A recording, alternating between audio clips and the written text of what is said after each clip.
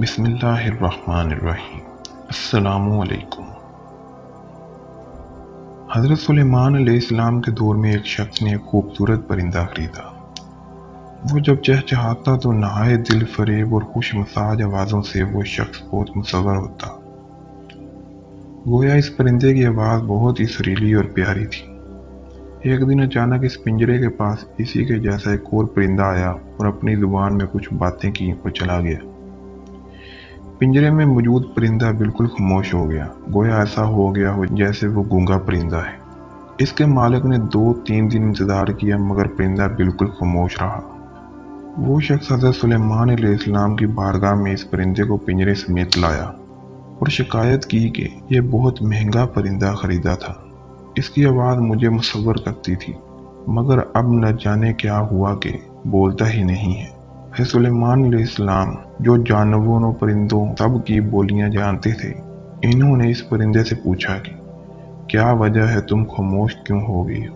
وہ پرندہ عرض گزار ہوا، اے اللہ کے برحق نبی، یہ سچ سمجھتا ہے میں خوش ہو کر چہچہاتا ہوں، مگر حقیقت یہ ہے کہ میں دیگر آزاد پرندوں کو دیکھ کر روتا ہوں کہ اے کاش میں بھی آزاد ہوتا تو کتنا اچھا ہوتا، مگر یہ میری زبان نہیں سمجھتا، تو یہ خیال کرتا ہے جیسے میں بہت خوشی سے گنگنا رہا ہوں۔ پھر ایک دن میرا ایک ہم جنس میرے پاس آیا اور کہا کہ یہ شخص تیری زبان نہیں سمجھتا، بلکہ یہ سمجھتا ہے کہ تو وہ سریلی آواز کے ساتھ خوشی خوشی چہچہا رہا ہے۔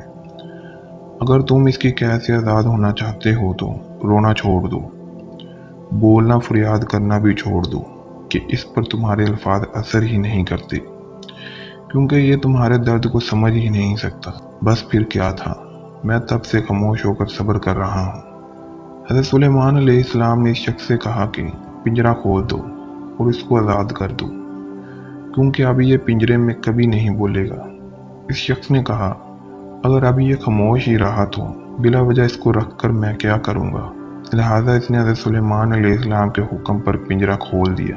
وہ پرندہ فوراً اڑ کر درخت کی شاخ پر بیٹھا اور اس شخص کو دیکھ کر کچھ چہچہا کر اڑ گیا۔ اس شخص نے حضرت سلیمان علیہ السلام سے عرض کی کہ یہ کیا کہہ کر گیا ہے؟ آپ علیہ السلام نے فرمایا کہ اس نے کہا کہ اگر تو بھی اپنے غموں اور مصیبتوں سے آزاد ہونا چاہتا ہے تو خاموش ہو جا اور صبر کر، کسی سے کچھ شکایت نہ کر، تو تجھے بھی ایک دن سارے غموں سے نجات مل جائے گی جو تو لوگوں کو سناتا رہتا ہے، مگر وہ بے احساس لوگ تیری زبان جانتے ہوئے بھی تیری بات نہیں سنتے۔